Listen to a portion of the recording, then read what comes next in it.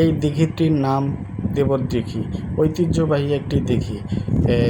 রাজা দিব্যপাল শাসনামলের সময় এই দিঘিটি খনন করা হয়, বা পাল বংশের শাসনামলের সময় আর কি। এই দিঘিটি অনেক পুরনো একটি দিঘি, ঐতিহ্যবাহী জায়গা। দিব্যপালের নাম অনুসারে দিঘিটির নাম করা হয় দেবদিঘি।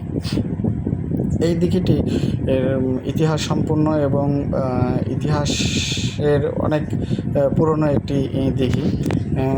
এতই বেশি পুরনো যে বর্তমান সময় যারা আছে তারা তেমন কোনো তথ্য দিতে পারে না, তেমন কিছুই বলতে পারে না। এই দিঘিটিকে কেন্দ্র করে প্রাকৃতিক পরিবেশ, সৌন্দর্য, লীলাভূমি, এমনি আমাদের বাংলাদেশ সকল দেশের রানী, সে যে আমার জন্মভূমি বাংলাদেশ, আমরা সেটা জানি। সেই সৌন্দর্যকে আরও দ্বিগুণ বৃদ্ধি করে যখন চারিদিকে সবুজের সমারোহ, প্রকৃতি এবং নদী, দিঘি, এই সকল জায়গায় যখন কেউ যায় তখন প্রাকৃতিক বাতাস, মনোরম পরিবেশ সব কিছু মিলে মানুষের মন এমনিতেই ভালো হয়ে যায়।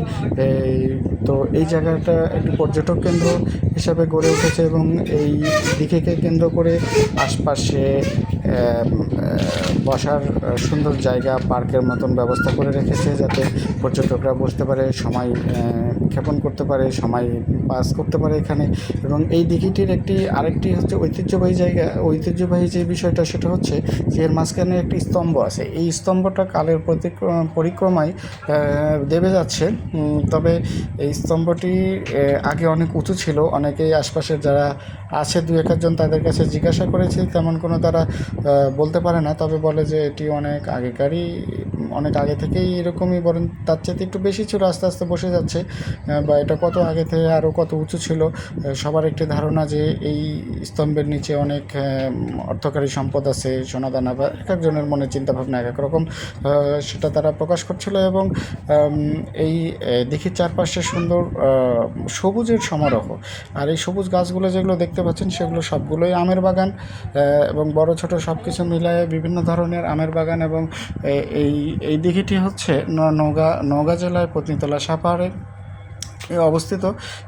আর এখন আপনারা সবাই জানেন যে চাঁপাইনবাবগঞ্জের পরে এখন সাপাহারকে আমের শহর হিসাবে পরিচিত পেয়েছে, এবং সাপাহারের আম খুবই সুস্বাদু এবং খুবই মিষ্টান্ন। এইখানকার আম দেশি বিদেশি বিভিন্ন জায়গায় চলে যাচ্ছে। আমরা গোটা এখানকার আম খেয়ে থাকি এবং খুবই মিষ্টি।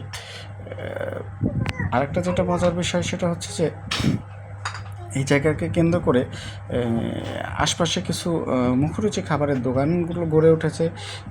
সেখানে অনেক সুন্দর এবং স্বাস্থ্যসম্মত খাবার পাওয়া যায়।